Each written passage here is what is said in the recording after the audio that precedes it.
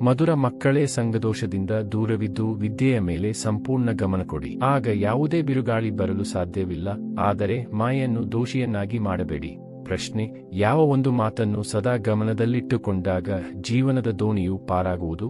ಉತ್ತರ: ಬಾಬಾ ತಮ್ಮ ಆಜ್ಞೆಯೇ. ಹೀಗೆ ಸದಾ ತಂದೆಯ ಆಜ್ಞೆಯಂತೆ ನಡೆಯುತ್ತಾ ಇರಿ, ಆಗ ನಿಮ್ಮ ಜೀವನದ ದೋಣಿ ಪಾರಾಗುವುದು. ಆಜ್ಞೆಯಂತೆ ನಡೆಯುವವರು ಮಾಯೆಯ ಪ್ರಭಾವದಿಂದ ಮುಕ್ತರಾಗುತ್ತಾರೆ. ಬುದ್ಧಿಯ ಬೀಗವು ತೆರೆಯುತ್ತದೆ, ಅಪಾರ ಖುಷಿ ಇರುತ್ತದೆ, ಯಾವುದೇ ಉಲ್ಟಾ ಕರ್ಮವಾಗುವುದಿಲ್ಲ.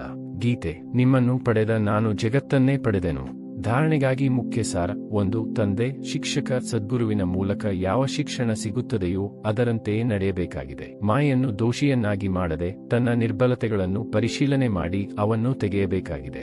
2. ಅಹಂಕಾರದ ತ್ಯಾಗ ಮಾಡಿ ತನ್ನ ವಿದ್ಯಾಭ್ಯಾಸದಲ್ಲಿ ಮಸ್ತರಾಗಿರಬೇಕಾಗಿದೆ. ಎಂದು ಅನ್ಯರಿಂದ ಸೇವೆ ತೆಗೆದುಕೊಳ್ಳಬಾರದು. ಸಂಘದೋಷದಿಂದ ಬಹಳ ಸಂಪಾಲನೆ ಮಾಡಿಕೊಳ್ಳಬೇಕಾಗಿದೆ. ವರದಾನ: ಸಂಕಲ್ಪದ ಸೂಚನೆಗಳಿಂದ ಸರ್ವ ವ್ಯವಹಾರಗಳನ್ನು ನಡೆಸುವಂತಹ ಸದಾ ಪ್ರಕಾಶತೆಯ ಕಿರೀಟಧಾರಿ ಭವ. ಸ್ಲೋಗನ್: ಈ ದುಃಖಧಾಮದಿಂದ ದೂರವಾಗಿ ಬಿಡುತ್ತೀರೆಂದರೆ ಎಂದಿಗೂ ದುಃಖದ ಪ್ರಕಂಪನಗಳು ಬರಲು ಸಾಧ್ಯವಿಲ್ಲ.